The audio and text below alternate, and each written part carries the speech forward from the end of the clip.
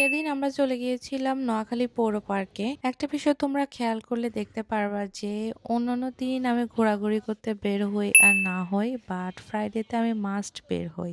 সপ্তাহের শুরুতে অথবা মাঝামাঝিতে একটা প্ল্যান করি, এখানে যাব ওখানে যাব, বাট যখন ফ্রাইডে আসে তখন এত পরিমাণে বাসার আয়োজন থাকে যে সেগুলোকে স্কিপ করে যে একটা ডে বের করব, একটু ঘোরাঘুরি করব, সেটা আর হয় না। আচ্ছা, তো আমরা গিয়েছিলাম চাতে। যারা পৌর পার্কে সচরাচর যাও তারা হয়তো বা এই স্টলটা চিনে থাকবা। আমরা ওদেরকে মালাই চা বলাতে ওরা এই চাটা দিয়েছে আর এটার প্রাইস পড়েছে মাত্র 30 টাকা।